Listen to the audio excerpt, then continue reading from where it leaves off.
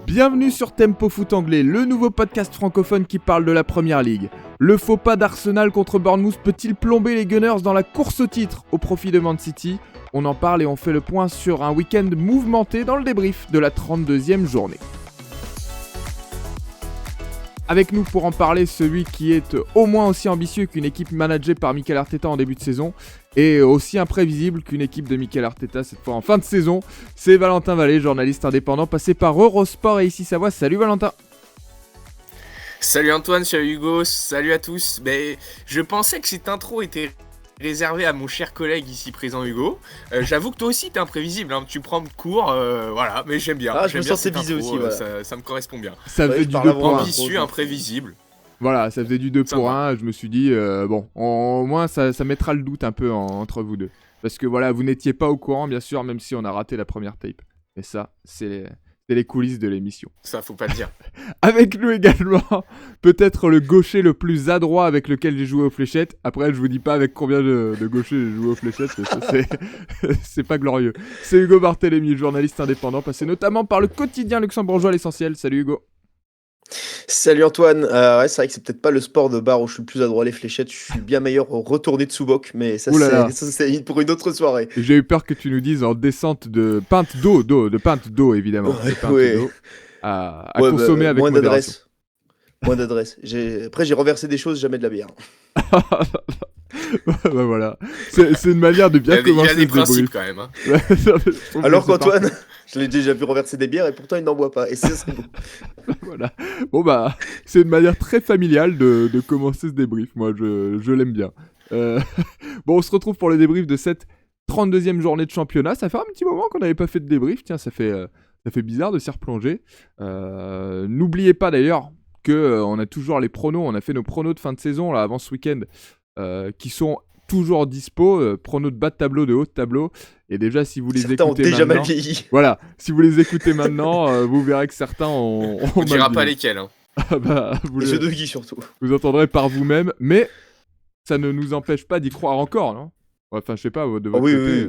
Oui. Oui. J'aurais raison en fin de saison. On verra ça, on ressortira évidemment les passages de l'émission. Bon, Les extraits, ouais. Les extraits, merci. Voilà, j'avais perdu le vocabulaire. On va démarrer ce récap, ce débrief du week-end de Première Ligue avec évidemment la course au titre. Parce que ça a encore bougé. Enfin, ça a encore bougé. Ça s'est resserré de façon assez imprévisible, justement. C'est le mot qui tourne autour de ce début d'émission.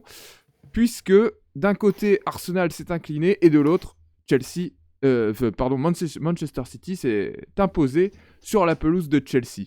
On va parler de ce match en premier, messieurs, entre Chelsea et Man City, avec cette victoire 3-0 des Citizens.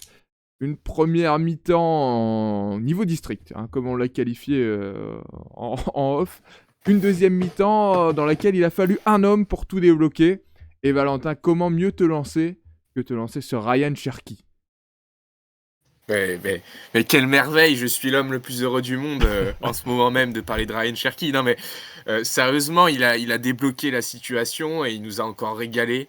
2 passes décisives, l'homme du match, hein, du côté de City, il y a pas de débat. Il a ébloui encore une fois la Première Ligue avec la première passe décisive, un centre mais magnifiquement déposé sur la tête d'O'Reilly. Et puis la deuxième que je trouve encore plus impressionnante où déjà il dribble et il sort du marquage de 3 défenseurs d'Arsenal aux abords de la surface et puis il trouve une ouverture que personne ne peut voir en fait. Enfin, tout humain ne voit pas cette ouverture là et lui il la voit pour Marc Guéhi en plus. Enfin, Marc Guéhi qui se transforme en attaquant de pointe. Enfin, il m'étonne aussi. Et non, franchement, l'action est superbe. L'action est superbe. Et au-delà de ces 2 actions, il y a tout un apport aussi dans le jeu. Bien sûr que Ryan Cherki a eu sur cette rencontre. Et c'était beau quand même à voir l'impact positif en plus. Voilà, il joue, il est fidèle à lui-même, il joue sans pression. Il va pas se faire une montagne de cette fin de saison avec Manchester City, même si les enjeux sont énormes pour le coup. Mais voilà, avec sa petite patte habituelle, il nous régale et franchement, c'était C'est un grand plaisir de le voir jouer et bah, voilà, il fait mouche et honnêtement, il permet à City d'y croire encore. Il y a du sourire sur ton visage et du sourire dans ta voix. Tous les auditeurs, les spectateurs sont ravis d'entendre et de voir ça, mon Val. La double galette, quand même, c'était quand même le highlight du week-end. Oui, Valentin. Ouais. Et puis, non, puis une petite stat, j'en oublie, parce que je suis sur les émotions, mais voilà, c'est la 10e passe décisive de Cherki cette saison en Première Ligue, et c'est la première fois qu'un Français réalise 10 passes D depuis Dimitri Payet en 2016, pardon. Ah oui, parce que d'ailleurs, Et 2007... oui, 2007, non, il y était pas encore. Mais en tout cas, il rejoint aussi un club très fermé. Je crois qu'il y a Cantona qui a fait 10 passes décisives au mieux sur une saison en Première Ligue. Donc voilà, ça classe un petit peu la saison qui est en train de réaliser Ryan Cherki. Et pour sa première en Angleterre, première saison en Angleterre, ça envoie du lourd. Et donc t'en parlais justement, hein, on parlait de cette double galette évidemment. Nico O'Reilly notamment sur ce premier but qui n'a même pas eu besoin de sauter pour reprendre ce centre devant le but en plus. Hein, il est vraiment à bout portant. Nico O'Reilly qui a encore été aussi, qui a fait partie des hommes qui ont débloqué la situation, qui a marqué donc ce premier but. Ça a été le cas à tellement de reprises cette saison, c'était pareil, c'était imprévisible. En tout cas, on n'avait pas senti venir à ce point. C'est encore le cas face à Chelsea dans un match ultra important, Hugo. Ouais, encore dans un match ultra important, c'est peut-être pas le joueur qu'on attendait, aussi décisif quand on pensait à Manchester City en début de saison. Parce qu'on l'a plutôt découvert cette saison, en fait, Nico O'Reilly. Hein, c'est une des belles découvertes de la Première Ligue. Et là, il prend un rôle quand même ultra important dans cette équipe de City. En plus, très bon de la tête. Hein. Je sais pas, c'est son. Il me semble enfin, c'est pas son premier, mais il en a déjà mis quelques-uns, il me semble, de la tête cette saison. Toutes compétitions confondues, notamment il me semble, en finale de Carabao Cup, il nous a gratifié d'un but de la tête sur son doublé. Ouais, joueur qui est devenu ultra important dans l'effectif de City, qui se fait même remarquer par son absence parfois, et ouais, on l'attendait pas forcément à ce niveau, plus un peu pompier, parce qu'on peut le retrouver autant au milieu de terrain que en tant que piston gauche, enfin latéral gauche plutôt dans un système à 4. Et c'est un joueur qui est devenu un peu l'élément central de Pep Guardiola. C'est un peu ces joueurs qu'il aime, qui sont des gros bosseurs, qui peuvent abattre beaucoup de travail, et accomplir aussi beaucoup de tâches. On l'a dit, peut jouer à plusieurs postes. Donc, fatalement, même quand il est hors position, il est utile. Et en ayant un rôle plutôt défensif, il est souvent décisif sur les buts. Donc, c'est un joueur qui est devenu très important, qui frappe franchement à la porte de l'équipe d'Angleterre. Hein.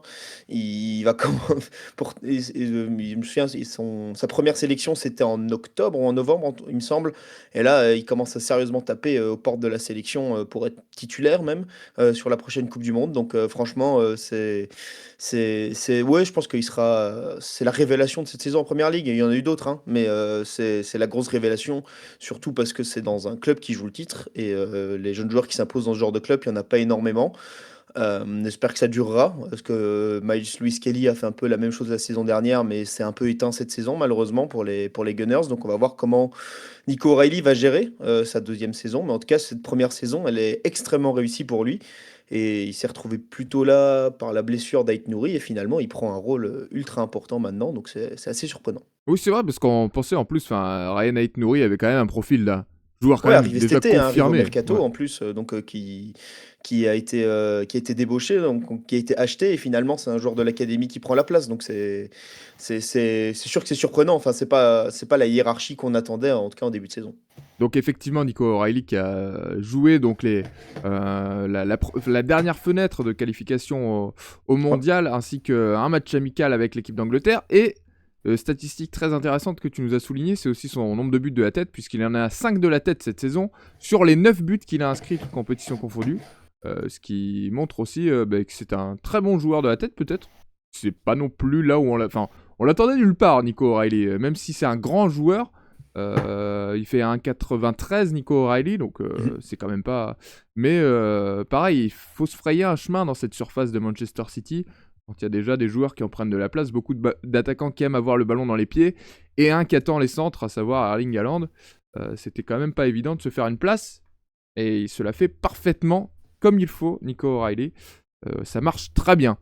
Val, de l'autre côté, parce qu'on s'est attardé quand même sur Manchester City, avant de repasser à la course au titre, quand même un petit point sur Chelsea, parce que la rencontre des Blues, elle est assez cata. Je sais pas si on peut trouver un autre mot que ça. Oui, non, il n'y a pas d'autre mot. C'était catastrophique. Et là, franchement, il n'y a pas un seul joueur qui mérite un autre qu'on peut qualifier autrement de son match, quoi. Parce que honnêtement, que ce soit devant, derrière, au milieu, il y avait rien. À part, allez, on va dire les 15 premières minutes, 15-20 premières minutes. Mais c'était plutôt que City n'était pas rentré dans son match, Oui, plutôt City n'était que pas bon. Chelsea qui réalisait un match extraordinaire. Et voilà, faut le voir plutôt comme ça. Parce qu'il y a eu quelques occasions. Il y a eu le but refusé pour hors-jeu de Cucurella. Mais sinon, il n'y a rien eu à se mettre sous la dent du côté de Chelsea. Une stat aussi qui n'est pas en leur faveur. Et voilà, on a quand même pas mal accumulé des stats depuis quelques semaines du côté de Chelsea qui sont peu flatteuses. Pardon.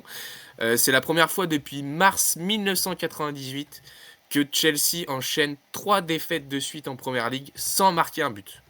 Wow. Voilà, donc... La France n'avait même pas une étoile sur son maillot.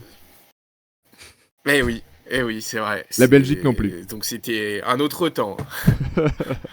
Oh, l'attaque frontale. C'est tout là. J'ai vu son rire alors. Collé là, c'est carton rouge.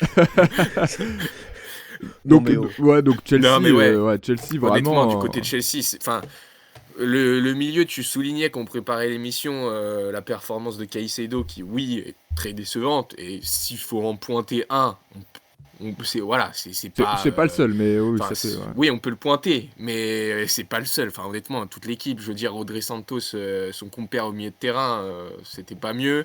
Sur le but, typiquement le premier d'O'Reilly, certes, le centre de Cherki est magnifique, mais c'est lui aussi qui se fait complètement bouffer et qui oublie O'Reilly au marquage. Joao Pedro, on est loin des standards d'il y a un mois, un mois et demi, il marchait sur l'eau, on se disait, c'est lui le neuf du Brésil titulaire pour la Coupe du Monde, ça y est, c'est une machine, un rouleau compresseur. Il s'éteint comme les autres, après il n'est pas aidé par une équipe qui est aux abois, donc là, pour Chelsea, s'ils veulent jouer l'Europe, il va falloir sérieusement se réveiller. Oui, parce que ça presse et il y a des équipes qui se bousculent au portillon, pour reprendre une expression toute faite. Il y en a énormément derrière, on va en reparler dans quelques instants. Avant de repasser à la course à l'Europe, tout ça, c'est surtout la course au titre d'abord qui nous intéresse. Et Hugo, on n'avait quand même pas vu venir déjà cet écart se réduire. Alors, il y a 6 points d'écart après la 32e journée, sachant que Manchester City a un match en retard. Donc face à Crystal Palace, qui plus est, ça se resserre tout en haut. On avait un point de divergence dans les pronos du haut de tableau. C'est City qui fait la bonne opération ce week-end. Ouais, surtout que si on regardait le programme de City en fin de saison, on se disait que hors confrontation directe avec Arsenal qui aura lieu ce week-end, l'autre match qui était prône à faire un faux pas pour les Citizens, c'était cette confrontation face à Chelsea à Stamford Bridge. Ils n'ont pas fait, ils ont même plus qu'assuré la victoire. Ils ont profité d'Arsenal qui fait directement le faux pas après ce retour de trêve international. Donc ils mettent tout de suite la pression. Ils mettent tout de suite la pression. Ils ont l'occasion de la mettre encore plus le week-end prochain. Et pour City, j'ai envie de dire c'est tout bénef parce que s'ils avaient été accrochés à Chelsea, que la semaine prochaine, que ce week-end ça se passait pas forcément bien, ça aurait été quand même dur de mettre la pression sur les Gunners en fin de saison. Là, en plus, Arsenal se fait accrocher, donc pour eux, c'est vraiment la bonne opération comptable, et c'est surtout fait d'une certaine manière, en plus qui est assez inquiétante, on va dire, pour le match du week-end prochain face au leader Arsenal. Oui, et plus que se faire accrocher, les Gunners se sont inclinés sur leur pelouse face à Bournemouth. Ça, c'est un faux pas qui fait vraiment mal, Hugo. Ouais, faux pas qui fait mal. Faux pas quasi habituel. On sait qu'Arsenal n'est pas toujours à l'aise face à Bournemouth. La saison dernière, ils avaient déjà perdu à domicile face face aux Cherries. Et là, ouais, un match où comptablement ça les arrange pas du tout parce qu'on savait qu'ils allaient prendre la pression le week-end prochain. Fallait donc retarder, enfin oui, quasiment on a envie de dire, on connaît les facultés de Man City en fin de saison, retarder l'échéance et c'est pas du tout ce qu'ils ont fait en perdant d'entrée dans ce sprint final. Donc c'est Tu- sûr qu'ils ne sont pas facilités la tâche. Ça reste eux qui ont l'initiative, ça reste eux qui ont les cartes en main, avant le week-end prochain en tout cas. On n'aura pas forcément pas forcément le même discours à la sortie de la prochaine journée. Mais pour l'instant, ça reste eux qui ont les cartes en main, mais ils se sont clairement pas facilité la tâche en perdant un match face à Bournemouth qui est certes toujours piégeux, on l'a dit, on a aussi plusieurs fois cette saison fait les louanges de cette équipe. Mais quand on est le leader, on peut pas se permettre ce genre de choses. Tu disais justement, la pression, c'est le week-end prochain, mais est-ce qu'ils ne se sont pas peut-être mis un peu la pression tôt, ces Gunners? Parce que finalement, Valentin, je sais que tu voulais nous en parler. Non seulement offensivement, c'était faible, mais Arsenal a gagné des matchs cette saison en n'étant pas resplendissant offensivement. Mais derrière, Arsenal a aussi faibli. Et c'est là où, enfin, on l'a rarement vu, et c'est là que ça t'a aussi fait tiquer, Val. Oui, effectivement, les voir, voilà, pas proactifs et se procurer beaucoup d'occasions dans le jeu, comme tu l'as dit, c'est pas une énorme surprise, même si quand même ils ont attendu la 65e minute pour frapper, Cadrer une frappe. une frappe cadrée dans le jeu, Ouais. voilà. Ah, il y avait eu le but de Donc Gyökeres sur forcément, penalty, mais ouais, dans le jeu. Ouais. voilà, sur penalty, mais dans le jeu, voilà, c'est compliqué. Surtout, je crois qu'au niveau des expected goals, je crois Ah. qu'au total, ils sont à plus de 2. Voilà, je sais que cette stat allait te faire plaisir. Au total, ils sont à plus de 2, mais effectivement, bon, avec un penalty, ça grimpe directement très haut. Tu prends un, quasiment. Mais sur les expected goals qui proviennent du jeu, Ouh là ils là. sont qu'à 0,19. Alors, c'est très technique, mais Zéro- Alors, technique, c'est ouais. technique, mais voilà. En gros, le nombre de buts qu'ils auraient pu plus ou moins marquer, en tout cas l'évaluation du nombre de buts qu'ils auraient pu marquer via le jeu, pas sur coup de pied arrêté, c'est 0,19 buts. et c'est Donc, bien inquiétant. évidemment, c'est ultra faible et ça représente cette faiblesse offensive. Mais voilà, comme tu l'as dit, c'est inquiétant, mais c'est pas une surprise. Moi, ce qui m'inquiète davantage, c'est de voir une charnière centrale qui, là, était prise en défaut par 2 fois. Alors, il y a des beaux buts, hein, je veux dire, du côté de Bournemouth, voilà, le but de Scott, il est super. Enfin, Quel match d'ailleurs. voilà, mais oui. Et quel match, faut le souligner, mais on peut aussi voir de l'autre côté, c'est-à-dire normalement la paire Gabriel Saliba, honnêtement, c'est une des paires la plus solide au monde, honnêtement. Les dernières saisons, voilà, Arsenal pouvait se faire rejoindre des fois dans le sprint final parce qu'il y avait des blessures. Là, c'est la charnière habituelle, donc j'ai envie de dire, il n'y a pas trop d'excuses de ce côté-là. Et le fait qu'Arsenal s'en prenne 2 à domicile contre Bournemouth, honnêtement, oui, c'est une surprise et c'est inquiétant. Depuis le début de la saison, ils sont très solides défensivement. Je veux dire, ils construisent leur succès sur avant tout des bases et une défense solide et après marquer sur les quelques occasions qu'ils se procurent. S'ils commencent à se prendre 2 buts par match, bon, ça va être compliqué de tenir comme ça jusqu'à la fin de saison. Surtout que, voilà, pour illustrer ça, je crois qu'ils ont aux alentours de à peu près 0,7 buts par match en moyenne encaissés. Là, ils en prennent 2. Ouais. C'est surprenant et c'est inquiétant. C'est inquiétant parce que là, j'ai pas trop d'explications à part de la fébrilité et ça risque pas d'aller en s'arrangeant d'ici la fin de saison. Oui, parce que toute Mais c'est vrai que compétition. Oui, pardon, Hugo. Non, mais c'est vrai que comme Valentin disait, on n'aurait presque pas été étonné de voir Arsenal gagner ce match 1-0 sur un penalty finalement. C'était un scénario qu'on a déjà, enfin, on a l'impression en tout cas de déjà l'avoir vu cette saison. Arsenal s'est même fait critiquer entre guillemets, pour avoir un jeu assez restrictif, mais finalement c'est ce qui faisait leur marque de fabrique. Et là, s'ils arrivent même plus à appliquer leur propre principe de jeu, c'est là que ça se complique forcément. Ouais, et d'autant que Hugo, tu voulais souligner aussi par rapport à cette défense, parce que il y a cette charnière centrale qui est la charnière centrale habituelle. Par contre, sur les côtés de cette défense, les latéraux, ce ne sont pas les latéraux habituels, et ça peut aussi jouer dans la cohésion de cette défense, dans la cohérence même du système défensif peut-être? C'est vrai que sur ces latéraux, on a vu, enfin voilà, c'était la paire Ben White, Miles Lewis-Kelly, qui sont entre guillemets deux vrais latéraux de formation, même si à une époque lointaine, on a pu voir alors, Ben White en charnière centrale du côté de Leeds en Championship, mais voilà, j'ai envie de presque dire que c'est une époque révolue. Mais depuis ce début de saison, on a plutôt vu Mikel Arteta aligner des centraux au poste de latéral. Et pour illustrer ça, j'ai vu la compo de ce soir en Ligue des Champions, donc face au Sporting Lisbonne, vient de sortir, et ce sera Christian Mosquera et Piero Hincapié qui seront alignés dans les flancs, enfin sur les côtés. Donc ça montre que Arteta revient à ce système, et depuis le début de saison, on a plutôt vu Yorin Timber et Ricardo Calafiori, en tout cas quand ils étaient disponibles, ce qui n'était pas le cas ce week-end. Pareil pour Piero Hincapié. Et d'ailleurs, on a vu Christian Mosquera monter au jeu au cours du match, et a d'ailleurs fait bien mieux que son prédécesseur. Donc, fatalement, est-ce que c'était un choix tactique? Parce que, comme j'ai dit, Christian Mosquera, lui, était disponible, en tout cas. Piero Hincapié, j'ai un doute, je vous l'avoue. Mais est-ce que c'était un choix tactique de la part de Mikel Arteta d'avoir peut-être des latéraux plus joueurs sur ce match? Ce qui me paraît étonnant, parce que je voyais pas Bournemouth forcément venir parquer le bus pour pourrir le match. C'est pas leur style, c'est pas leur ADN. C'est pas comme ça qu'ils jouent depuis le début de saison, en tout cas.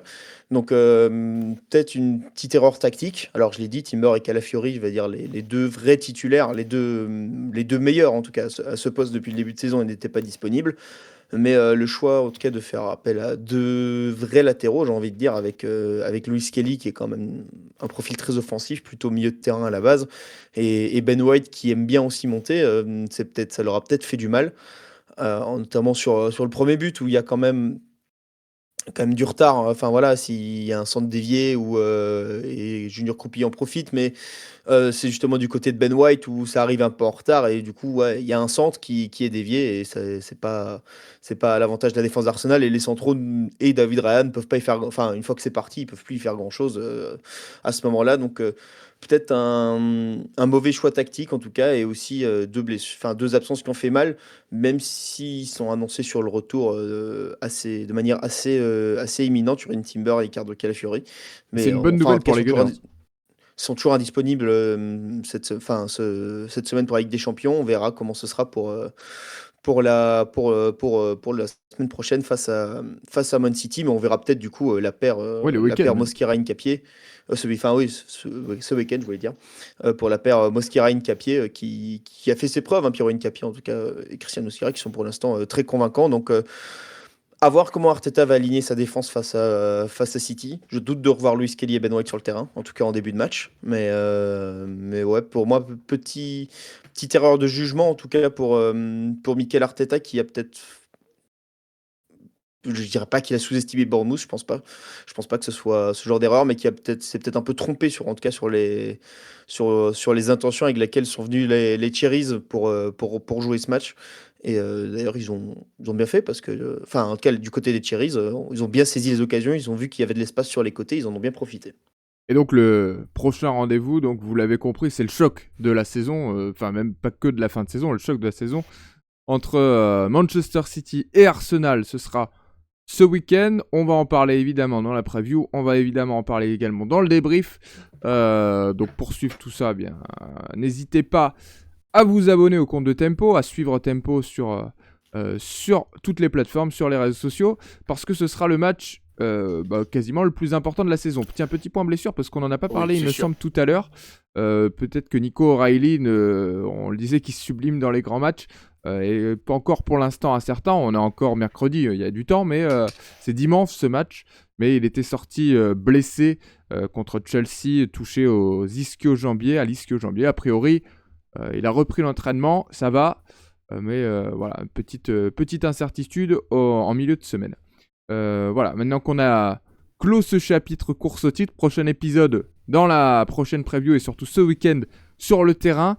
Val, quand même un point encore sur ce match rapidement, sur Bournemouth, parce que c'est quand même plus qu'une belle performance de venir s'imposer à l'Emirates Stadium. Victoire de buts à 1, grosse victoire collective, et puis finalement, quand t'es Bournemouth là, tu te dis, on n'est pas très loin de l'Europe finalement. Et bah non, ils sont même tout proches de l'Europe, hein, honnêtement, c'est un peu la beauté, la particularité de la Première Ligue, encore plus cette saison, avec un milieu de tableau ultra resserré. Effectivement, ils sont à 2 points de l'Europe, 3 points de Chelsea, de l'Europa League, donc tout est possible. C'est pas forcément, enfin, en tout cas, on les avait pas mis dans nos pronos, mais c'est vrai qu'ils sont là. Et ils sont surtout sur une série quand même impressionnante. Ils sont invaincus en Première Ligue, ils sont invaincus tout court depuis le 3 janvier C'est dernier. énorme. Oui, oui, c'est énorme, effectivement. On les avait, enfin voilà, autour la nouvelle année, ils étaient plutôt en fin de classement. Alors, on n'a jamais été trop inquiet pour le maintien, mais c'est vrai qu'en plus, ils ont accusé le coup enfin, ils ont accusé le coup. Ils auraient pu accuser le coup du départ de Semenyo, ce qui n'a pas été le cas du tout. Et depuis, bah, j'ai pas envie de dire ils marchent sur l'eau parce que bon, ils enchaînent pas que des victoires non plus. Il y a beaucoup de matchs nuls dans cette série, mais effectivement, c'est un gros coup. Et là, pour le coup, ouais, d'aller gagner à Arsenal, c'est une très grosse performance. Honnêtement, c'est pas volé, hein. C'est pas volé. Ils ont de l'envie, ils ont enfin Croupi voilà, parce que c'est le petit Frenchie aussi, mais qui réalise quand même une saison exceptionnelle, qui marque des buts exceptionnels et qui en a encore planté un contre Arsenal. Donc voilà, mais j'ai envie de dire, les latéraux pour le coup sont très bons aussi, hein, du côté de Bournemouth, que ce soit Truffert, que ce soit Taverny qui Quelle joue saison plus d'Adrien haut, Truffert. mais ouais, donc, enfin, honnêtement, plutôt séduit ouais, par cette équipe de Bournemouth qui aurait pu s'écrouler et qui là va peut-être, enfin, qui joue l'Europe et qui va peut-être se qualifier. Et ça sera intéressant à suivre parce qu'ils sont sur une grosse forme. Et tiens, parce qu'on parle des... Alors, Bournemouth, c'est quand même une équipe qui se repose quand même plutôt sur sa force collective. Mais puisqu'on parle des individualités, il faut noter quand même cette arrivée de Ryan, le Brésilien, qui est le Brésilien de 19 ans, qui est énorme, là, en tout cas depuis son arrivée, ou en tout cas qui arrive à se sublimer dans Qui a les été appelé gros par matchs, Ancelotti. Hein. qui a été appelé effectivement par Carlo Ancelotti, c'est dire, se faire la place. C'est pas la Seleção de Ronaldo, de R9, de R10, mais ça reste l'équipe nationale du Brésil, et ça reste surtout Carlo Ancelotti qui vous appelle pour venir faire partie de la sélection. Et puis, Alex Scott, ce jeune milieu anglais de 22 ans, qui a encore marqué ce week-end, qui a failli déjà nous envoyer l'un des buts enfin, une énorme frappe là, contre Manu, dernier match de championnat, qui là réalise encore un match plein. 22 ans, Alex Scott, le jeune milieu anglais, qui lui va attiser quelques convoitises, à mon avis, très vite, que ce soit de la part des autres clubs anglais, mais également de la part du sélectionneur Thomas Tuchel, qui n'est jamais très loin des pelouses de Première Ligue. Voilà. Et peut-être que le duo Evan Nilsson-Ryan sera le duo gagnant pour le Brésil à la Coupe du Monde. Hein. Ah, tu penses? Je m'avance un peu. Alors attends, parce que justement, tu me fais une super pour passe Evan Nilsson, décisive. je m'avance. Mais tu me fais une super passe décisive parce qu'on va parler d'un autre Brésilien là bientôt. On va aller chercher notre Igor Thiago national dans ce Brentford-Everton, troisième match de ce débrief qui était également l'une des rencontres du week-end parce que c'était une rencontre ultra importante dans la course à l'Europe. Deux équipes qui étaient à égalité de points à la 7e et à la 8e place, qui sont toujours à égalité de points puisque les deux équipes ont fait match nul de partout en termes d'un match rocambolesque, on peut dire, une égalisation dans le temps additionnel d'Everton. Hugo, justement, on parle de cette course à l'Europe. On l'avait identifié, ce match entre Brentford et Everton, et on a commencé à se poser cette question en préparant l'émission. Est-ce que ça arrange quelqu'un, ce match nul? J'ai vu que vous étiez plutôt mitigé. Hugo, qu'est-ce que t'en penses? C'est vrai qu'on a l'habitude de dire que c'est à la fin du bal qu'on paye les musiciens. Et là, j'ai l'impression que tout le monde a fait du bénévolat parce que ça n'arrange pas grand monde. Parce que. Non, mais ça y est, il se met à sniper. Bah, on a un duo de snipers maintenant entre les deux. non, mais ça n'arrange personne dans le sens où finalement les positions restent figées. Brentford reste 7e, reste 8e. Donc. Ouais, c'est un peu dommage. Derrière, ça revient un peu. Devant, il profite. Enfin, voilà, heureusement que Chelsea s'impose pas.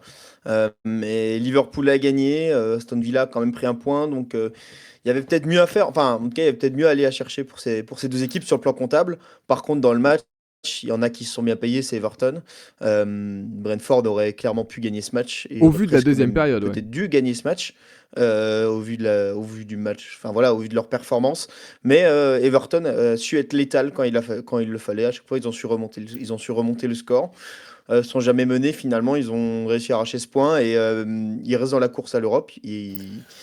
Ouais, Ils restent au contact de Brentford aussi, de cette septième place. Du coup, ils perdent pas, ils prennent pas de champ. Et en plus, ça resserre encore plus la course, cette course à l'Europe avec ceux qui reviennent de derrière. Alors pour toi, mais Antoine, c'est peut-être pas justement, super, mais pour nous, ça augmente le spectacle.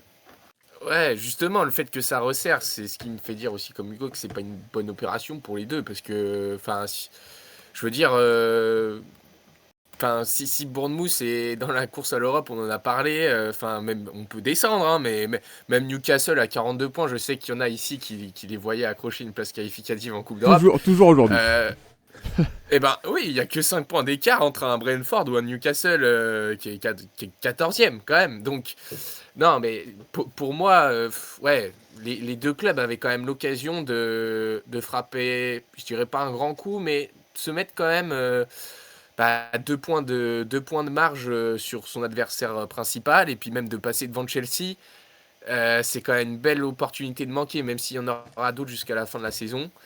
Ouais, c'est pas une opération super. Mais outre le scénario, qui évidemment, enfin, c'est un bon point pour Everton au vu du scénario, mais si vous allez gagner, enfin, si vous allez faire match nul, pardon, reprenez un point sur la pelouse du 7ème, dans un match crucial à la course à l'Europe, à l'extérieur comme ça, moi je trouvais quand même que c'était une plutôt bonne opération pour les Toffees. Après, évidemment, la victoire, quand on connaît aussi la qualité de cette équipe à l'extérieur, aurait été plus que, enfin voilà, elle aurait été peut-être pas décisive, mais en tout cas, elle aurait fait le break, peut-être un mini break.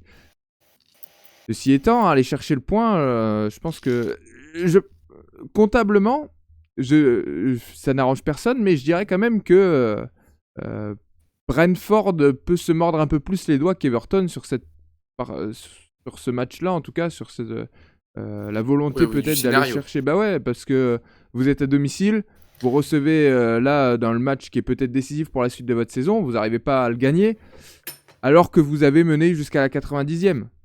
Donc, et puis même, alors que vous êtes censé, vous faites la course devant depuis le début, entre le top 6 et le reste.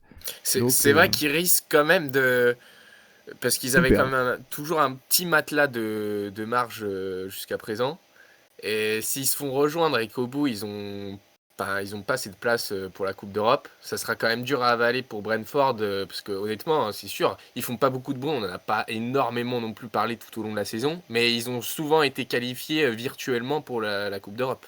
Celui dont on a beaucoup parlé dans cette équipe de Brentford, c'est quand même Igor Thiago qui a attiré un peu tous les projecteurs vers Brentford. Le Brésilien qui est exceptionnel cette saison, qui a encore marqué un doublé ce week-end, qui a 5 buts sur les 2 confrontations cette saison contre Everton. Igor Thiago, deuxième meilleur buteur du championnat d'ailleurs, Valentin. Ben ouais, il en est à 21 buts cette saison. Donc c'est derrière Haaland, bien évidemment. Mais attention, Haaland, il est qu'à 22. Hein, donc on Il n'y n'est a qu'un but pas. d'écart. Enfin, il n'y a qu'un but Et il d'écart. marque plus beaucoup dernièrement. Donc, Ouais, Voilà. Donc Igor Thiago sera peut-être le meilleur buteur de la Première Ligue cette saison. En tout cas, il est ce dans la serait fou. course. Et ça, quand même, c'est. Ah oui, c'est fou. Non, c'est fou. Et honnêtement, en plus, c'est un record du côté de Brentford hein, de marquer 21 buts sur une même saison. Il dépasse Brian Mbeumo et Tony qui étaient à 20 jusqu'à présent. Donc Autant vous voilà, dire il qu'Igor rentre un peu Thiago, plus va falloir mettre dans la 150 millions pour légende l'avoir presque cet de été. Brentford. Ouais, c'est vrai, c'est mais vrai. En plus, il est c'est surtout ça, brésilien, c'est donc que on peut rajouter 20 millions. c'est surtout ça, c'est que c'est pas un inconnu. Enfin, c'est pas des inconnus qui les fassent de la carte. Hein. C'est Ivan Toney qui, avant de partir en Arabie Saoudite, pour des raisons qui lui sont chères, Oui, surtout à qui son lui sont chers portefeuille, sur le. Ouais. tapait, Ouais. c'est ça, tapait quand même fort à la porte de la sélection derrière Harry Kane. On sait qu'il y a un gros débat sur qui mettre après Harry Kane en sélection. C'était quand même lui qui était devenu le vrai numéro 2 dans l'Angleterre. Et Brian Bemo qui aujourd'hui affole Old Trafford tous les week-ends et affole les compteurs à Man U. Donc c'est quand même, Oui, mais c'est des joueurs qui ont c'est quand été, même, qui ont monté les, enfin, qui ont c'est gravi quand les même des échelons avec références. Brentford. Enfin, c'est le Oui, même type un peu de parcours, c'est-à-dire que vous c'est arrivez ça. à Brentford, vous êtes déjà un bon joueur, mais vous n'avez pas les lumières de l'Europe sur vous, et pourtant ça marche Et bien puis, du côté des bises. ouais, ouais, ouais. Et puis en plus, on sent qu'il est en surconfiance là, parce que honnêtement, le deuxième but qu'il marque, je sais pas de quoi il le marque, de la cuisse, il dévie une frappe. Du Bon, c'est très bas-ventre, tu veux chanceux. dire? Oui, bah, du bas-ventre. Non, je sais pas. Peut-être qu'il pourra se vanter d'avoir marqué du bas-ventre, un Oh. des seuls joueurs à Je vais pouvoir aller le voir Oh. dans faire. les Mais stats, je vais aller voir dans les stats, je veux savoir. oui, c'est vrai, peut-être qu'il le compte. Je sais pas quand il le compte. Mais en tout cas, on sent que tout lui sourit, quoi, en plus. Donc, enfin, c'est ça qui est dingue, parce que bon, le péno, il le tire très bien, il y a pas de souci. Mais ouais, le deuxième but, il est un peu chanceux, mais il est très important. Et honnêtement, bah, on a l'impression qu'il peut planter comme ça à chaque match. Donc, donc oui, attention, Igor Thiago, jusqu'à la fin de saison, ça sera la menace du côté de Brentford. Évidemment, et ce sera la pièce maîtresse, hein, a priori, de cette équipe de Brentford jusqu'à la fin de saison. Mais alors, du côté d'Everton, quelle sera la pièce maîtresse? Qu'est-ce qui manque du côté des Toffees pour aller chercher ce spot européen? On en a un petit peu parlé dans les pronos, mais encore au vu de ce match, il y a il y a des faiblesses encore dans cette équipe, même si elle toque à la porte de l'Europe. Hugo, qu'est-ce qui manque pour la fin de saison pour cet office? Sur quoi va falloir axer la suite? Bah, c'est compliqué à savoir parce qu'elle est quand même assez plutôt homogène cette équipe. Quand on voit surtout le milieu de terrain et la défense quand même qui sont deux éléments assez solides. Offensivement, c'est un peu dommage d'avoir des numéros 9 sur courant alternatif. Mais si jamais ils arrivent à s'alterner chacun l'un l'autre, ça marchera peut-être très bien. Parce que là, ils sont de Tierno Barry et Beto récemment se passent un peu leur lait pour prendre les buts à leur charge. Et si d'un côté on a par contre Iliman Ndiaye, de l'autre côté c'est un peu dépeuplé depuis la blessure de Jack Grealish. On a fait venir Tyreek George de Chelsea à l'hiver, mais on l'a pas encore beaucoup vu.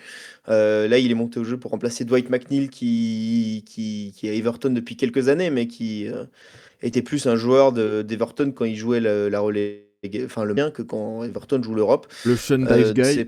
C'est peut-être ça qui. Ouais, c'est ça. Mais c'est peut-être ça qui leur manque, c'est un autre homme fort à droite. Surtout que derrière lui, avec Jack O'Brien, on est sur un profil quand même bien défensif, donc il n'est pas aidé offensivement Par par son Jack défenseur. O'Brien? Donc Ouais, c'est peut-être l'un des oui, meilleurs mais c'est buteurs pas. d'Everton cette saison, quoi. Oui, Zéro mais but. enfin, ouais, Zéro but. parce que C'est oui, et puis catastrophique comme si stat. jamais sur corner, si jamais sur corner, je pense. Non, Parce il que se j'ai projette, plus, hein, quand alors même. offensivement, oui, je l'ai vu, mais sur corner. Mais il fait beaucoup d'efforts. Alors on peut pas cracher sur Jack O'Brien qui travaille beaucoup, mais qui est peut-être pas, enfin voilà, qui peut-être pas le meilleur joueur avec qui combiner dans des petits espaces, par exemple sur une aile, même s'il fait les efforts. Mais est-ce qu'il faudrait pas une autre solution, bah, d'ici la fin de saison? Sauf si Jack Grealish ressort de l'infirmerie, mais ouais, peut-être qu'il C'est pas prévu, je faudra pense. miser peut-être un peu. Ouais, c'est ça. C'est un peu ça le problème. Et il faudra peut-être du coup plus miser sur Tyreek George, lui donner peut-être un peu plus de temps de jeu, un peu plus de minutes parce que on regarde, il a surtout eu des bouts de match. Il me semble qu'il a commencé qu'un seul match depuis qu'il est arrivé, donc ouais, c'est peut-être lui qui peut apporter du sang frais à droite, apporter des nouvelles choses, apporter des solutions en tout cas.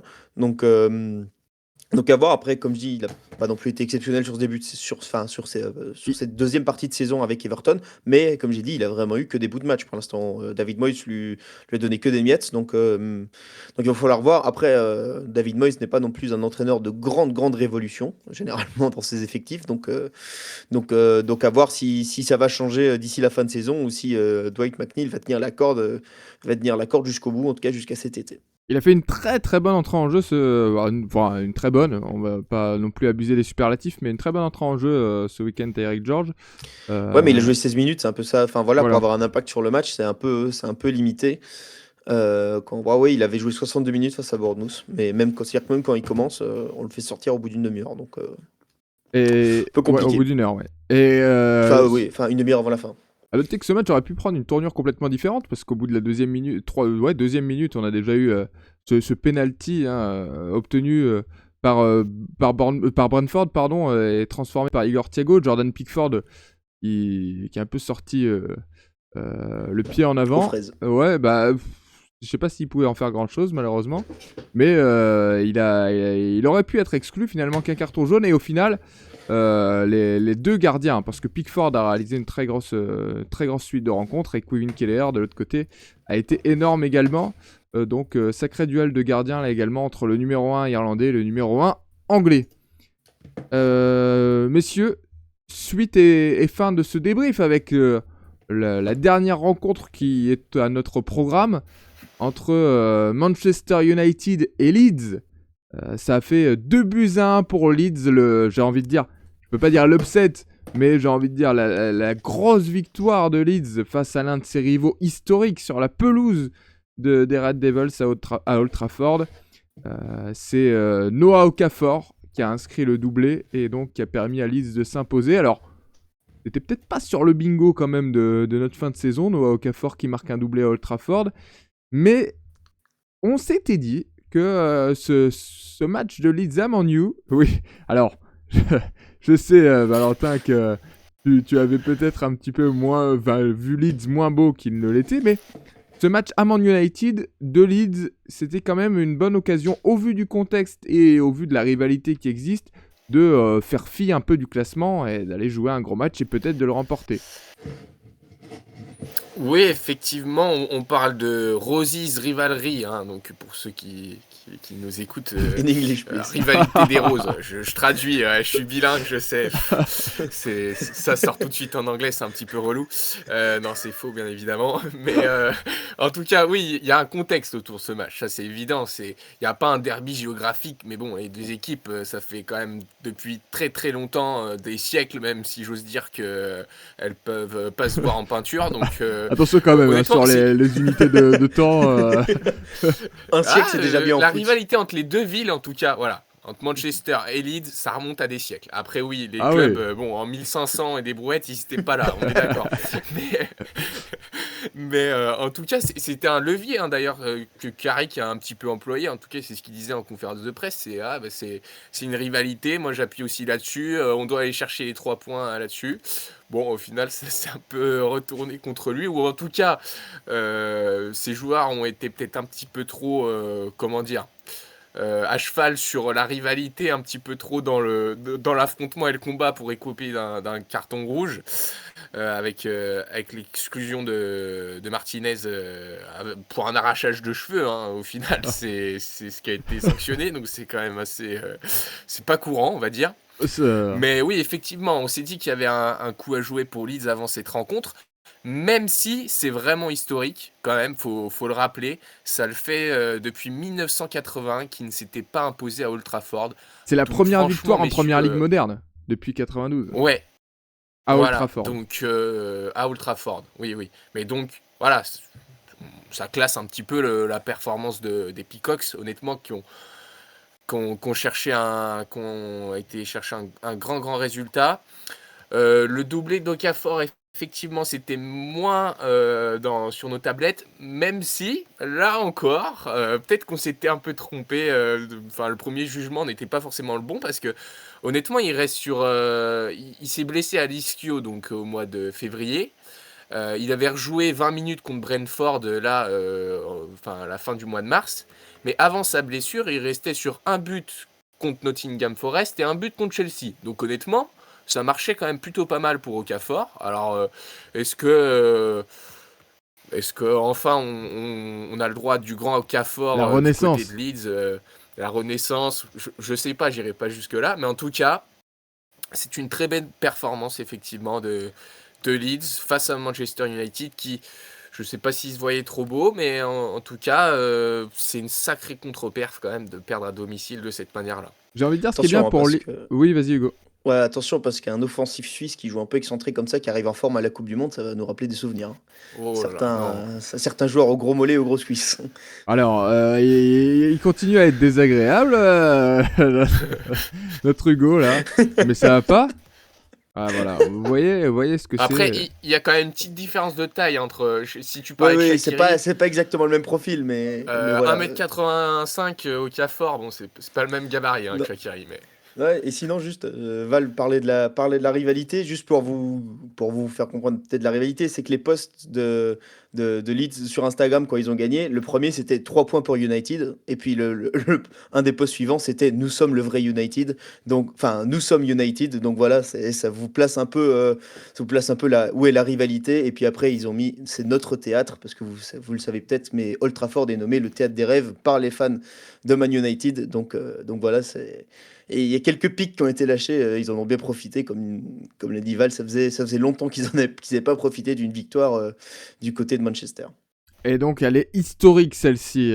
Première depuis 1981, c'est ça, Val, voilà. C'est Et ça, première tout à en fait. première ligue, donc, depuis 1992. Et Hugo, toi, bah, du coup, t'as été, parce qu'il faut le souligner, il y avait 2 équipes sur le terrain, mais t'as été très déçu par la performance de Manchester United. Ouais, ça faisait quasiment un mois que Manchester United n'avait pas joué un match. C'était le 13 mars, le dernier match en compétition qu'ils avaient joué avant la trêve internationale. C'est pas de Coupe d'Europe, pas de coupe tout court pour United. Donc ça faisait longtemps, et j'ai presque envie de dire que ça s'est senti, parce que sur cette première mi-temps, les Mancuniens ne sont pas rentrés avec beaucoup d'envie sur le terrain. En tout cas, Leeds en avait beaucoup plus. On sait que Leeds a arraché une place en demi-finale de FA Cup il y a pas longtemps avant. Donc il y a une équipe qui est venue, j'ai envie de dire, en pleine bourre, et il y a une équipe qui est revenue de vacances. On sait que les Mancuniens étaient en stage de préparation du côté de l'Irlande, et ça leur a pas trop réussi, parce que si à la fin ils reviennent, au début il y a clairement un manque d'engagement, j'ai envie de dire. C'est très Surtout dans passif, un match comme celui-là. c'est très mou, ouais, voilà. On sait que ça, comme on l'a expliqué avant, c'est un match à fort. Alors enjeu, j'ai envie de dire pas enjeu sportif parce qu'ils sont pas au même endroit au classement, mais les deux équipes avaient quelque chose à jouer, clairement, hein. Il y en a une qui joue le podium, et la qualification en Ligue des Champions, l'autre qui joue son maintien. Donc tout le monde avait quelque chose à jouer. Et, c'est clairement les morts de faim ce soir-là, c'était les hommes de Daniel Farke qui sont arrivés bien plus motivés que ceux de Michael Carrick, qui eux. Daniel C'est... Farke. Il fallait que ça arrive, fallait le temps qu'on trouve le bouton. Non, T'avais mais bien bossé la prononciation, ça aurait été dommage quand même. c'est ça. Ouais, il était Non, parfait. mais voilà, mais les hommes de Michael Carrick qui ont eu quand même pas mal de retard à l'allumage, et qui étaient un peu mou au début. Après un match le lundi, ça a peut-être pas aidé à réveiller Old Trafford non plus dans le public, c'est dommage, parce que quand on voit comment ils finissent le match, il y a quand même 2-3 sauvetages du côté de Leeds. Ils auraient pu arracher le nul. On se dit que avec un peu plus d'intensité dès le début du match, et d'intensité bien placée, parce que là, évoqué aussi, c'était pas toujours le cas, ça aurait pu donner un tout autre résultat. Et finalement, ce sont les Peacocks qui repartent avec la victoire. Une victoire ultra importante pour le maintien, d'autant, on se l'est dit, messieurs, il y a quand même dans cette équipe de quoi l'assurer ce maintien, parce qu'il y a une profondeur de banc, là, notamment au milieu de terrain, qui est assez impressionnante. Là encore, avec certains retours, avec ce qu'on a vu ce week-end, il y a de quoi faire pour aller chercher le maintien pour Leeds. Ouais, effectivement, bah là, ils prennent une belle option, hein, honnêtement, avec cette victoire. Ils prennent 3 points de marche sur Forest, 4 sur West Ham et 6 sur Tottenham. Donc 6 Qui est points sur premier la zone relégable. rouge. Ouais. Quel premier relégable, ouais. Honnêtement, c'est pas rien. Donc pour ceux qui avaient vu dans les pronos que Leeds allait se maintenir très largement, bravo à vous. Je ne fais pas partie de ce clan-là. Alors Voilà, attention, c'est j'avoue pas que fini, hein. Oui. Oui, Il c'est reste vrai que je dis beaucoup de bravo à temps. vous. Bon. On a, enfin, il y a eu qu'un match depuis nos pronos, hein, et je vous invite à aller les réécouter. Mais non, effectivement, la profondeur quand même d'effectifs de Leeds est quand même plutôt intéressante, sans être non plus ultra impressionnante, mais pour une équipe de ce calibre-là qui joue le maintien, honnêtement, voilà, Anton Starr au milieu, Ampadu, Enfin, il y a Longstaff aussi qui est revenu de blessure et donc, enfin voilà, c'est un retour qu'a noté Hugo aussi sur ce match qui est très intéressant. Enfin, je veux dire, Il y ils avait ont Tanaka titulaire ce week-end. Tanaka, Aronson Grueff aussi, bon, On qui joue avait déjà- plus haut, mais enfin, je veux dire, il y a quand même de quoi faire. Il y a Grueff, je sais pas s'il jouait. Il a remplacé ce Tanaka. week-end. Oui, il est Ouais, Il est rentré en sorti jeu. sur blessure, malheureusement. Voilà. Mais donc voilà. Enfin, et puis je veux dire, même avec des remplaçants, enfin, il n'y a pas qu'un 11 type et dès qu'il y en a un qui se pète, oula, c'est la panique parce qu'il n'y a personne pour les remplacer. Non, il y a quand même la profondeur et il y a des options tactiques aussi pour Daniel Fark qui peut les utiliser ou non, mais en tout cas qui manage quand même plutôt bien cette équipe de Leeds. Donc ouais, une grosse option, une belle profondeur au milieu qui leur permet pour l'instant de prendre 6 points d'avance sur Tottenham, sur la zone rouge, et ça c'est pas rien. On va pas refaire le débat, messieurs, mais parce on ne l'a pas évoqué plus que ça. Enfin, on a fait une petite blague sur le tirage de cheveux, mais carton rouge ou pas carton rouge alors? Parce que c'était pas du goût de tout le monde, hein. If du I côté speak, de I am Manchester in United. big trouble. Ça, c'est ce que nous a sorti un peu Bruno Fernandes en conférence de presse, en référence peut-être à José Mourinho. Enfin, en zone mixte, hein, même, je crois. Mais Portugaise c'était pas du... connection, ouais. Zone mixte, il me semble, Ouais, plutôt c'est- que c'est- conférence presse. C'était pas du goût de tout le monde. Moi, je pense quand même qu'un tirage de cheveux, c'est carton rouge direct, on n'en parle plus, non? Ah, c'est un mauvais réflexe. C'est ça Ah, mauvais je pense réflexe pas- Ah ouais. En tout cas, quelqu'un part dans ton dos, tu lui tires les cheveux. Ouais, je pense qu'il a pris ce qui passait. Si ça avait été le maillot, ça aurait été le maillot. Enfin, voilà. Waouh. Non, mais c'est ça que je veux dire. Par le mauvais réflexe, c'est pas. Il sent qu'il est dépassé et il s'accroche à ce qu'il peut. Bon, il se trouve que c'était pas l'épaule, c'était pas le bras, c'était la tignasse de Dominique Calvert-Lewin. Et bah, oui, ça coûte cher. À partir du moment où l'arbitre doit avoir la VAR, il peut pas faire grand chose d'autre que mettre carton rouge. Au bout d'un moment, si quelqu'un l'a vu, je pense que c'est un de ses arbitres assistants qui l'avait vu, qui lui a dit non, mais va vérifier parce que là. En plus, à vitesse réelle, fatalement, ça fait plus impressionnant. Enfin, au ralenti, on peut se dire que Dominique Calvert-Lewin en rajoute peut-être un peu, mais je pense qu'à vitesse réelle, il était bien parti, Dominique Calvert-Lewin, et la main, le grip de Martinez était bien serré. Donc, Crois-moi que Calvert-Lewin voulait Donc, pas se ouais, retrouver y a- en un contre un face à un gardien. Quand même. Ouais. Mais non, en tout cas, c'est vrai que bon, la faute, elle est pas ultra dangereuse dans le sens où bon, il risque d'avoir 2-3 cheveux en moins. Bon, c'est pas dramatique, mais ce qui est vilaine, enfin, c'est une faute qui est un peu moche, quoi. Voilà, C'est d'attraper l'anti-jeu. les cheveux. On est d'accord. Ça se voit en district justement, mais pas sur les terrains de première ligue. c'est vrai que si on était sur le thème district avec Chelsea, Marco Corella, il peut vous en parler des tirages. Aïe, aïe, aïe, aïe. J'y pensais, justement. On n'en avait pas encore parlé. En finale de la Coupe du Monde des clubs, avec Joao Neves. Souvenez-vous. Ou pas, d'ailleurs, parce que c'était pas un grand moment de football. Je vous avoue que je dormais, je pense, à ce temps-là. Oh, quand même. Voilà, messieurs, pour cette 32e journée de Première Ligue, on a eu une journée très étendue sur 4 jours. On n'a pas reparlé de ce West Ham Wolverhampton, ultra important dans la course pour le maintien, en tout cas pour les Hammers, qui s'est soldé On l'avait par évoqué une... dans notre épisode voilà. maintien. qui s'est Enfin, rapidement évoqué. soldé par une victoire 4-0 écrasante de West Ham. Mais on en avait déjà parlé effectivement dans nos pronos. Donc West Ham est sorti de la zone rouge, je vous le rappelle. Et Tottenham y est resté puisque les Spurs se sont inclinés 1-0 sur la pelouse de Sunderland sur un but de Nordi Mukiele, une frappe déviée. Ça n'arrange pas les Spurs, c'est la zone rouge est là, quoi. C'est-à-dire que on est arrivé à un point où Tottenham est relégable à 6 journées de la fin. C'est ça, c'est la première fois qu'il termine une journée dans le statut de relégable. Donc c'est quand même un événement, quoi. Même si c'était que le premier match de Roberto De Zerbi sur ouais. le banc. Mais là, il est plus que jamais sous pression dès son premier match, parce que dès son deuxième, là, désormais. Mais il n'a pas le droit à l'erreur, quoi. Il faut réagir tout de suite et il n'y a pas de temps d'adaptation possible. Là, il faut directement trouver les clés.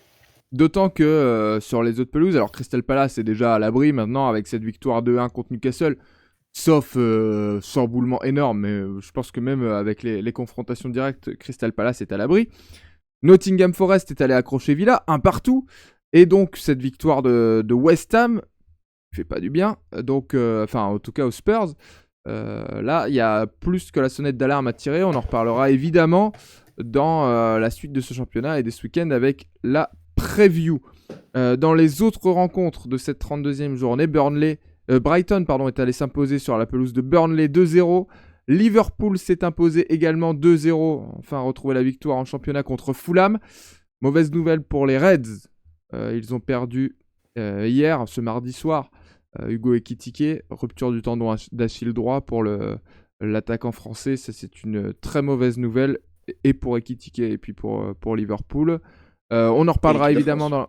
Pardon ? Oui, pour l'équipe de France. On en reparlera évidemment dans la preview parce que c'est un des matchs du week-end, le derby de la Mersey à Everton. Et donc, on a fait le tour. On a fait le tour du reste de ces résultats. Voilà. Moi, je m'attendais à un autre match. Là. Non, on peut pas la chip si vous voulez. Allez, c'est parti. Non, on va s'arrêter là. On a fait le tour de ces matchs. Et puis, prochain rendez-vous, 33e journée, avec évidemment en ligne de mire ce choc, je vous le rappelle, entre Man City et Arsenal. Choc du leader et de son dauphin. Voilà, messieurs, pour ce débrief. Ça me faisait plaisir de vous retrouver en débrief. Ça me fera aussi plaisir de vous retrouver en preview vendredi, si vous en avez envie. Plaisir partagé, oui. Ah, waouh! Oui, plaisir partagé. C'est beau, on a eu quelques petits tunnels, j'allais dire, mais quelques petits passages sous des tunnels avec les connexions qui se sont qui ont un peu galéré, mais on est arrivé au bout de ce débrief, mais c'est indépendant de ta volonté, mon Hugo. Il n'y a aucun problème, et regarde, tu as surpassé les problèmes de connexion avec tes analyses. Ouais, c'est beau, c'est magnifique. Grâce à moi, vous avez eu Valentin à l'image de tout l'épisode, et il a pas fini dans le noir. Ouais. Bon, arrête de te jeter des fleurs quand même. Maintenant, on arrête de te jeter des fleurs, là, c'est insupportable. C'est insupportable carrément, bah super. Ah bah voilà, je te le dis. Maintenant, on va se régler en 1v1. Merci. C'est dommage, on aurait pu faire ça hier. Non. Après, aux fléchettes, c'est ça? On verra bien, on boucle la boucle. Merci messieurs pour le débrief de cette 32e journée. Rendez-vous pour la preview de la 33e journée vendredi. Et puis je vous souhaite une bonne semaine. Salut à tous. Ciao. Salut, ciao.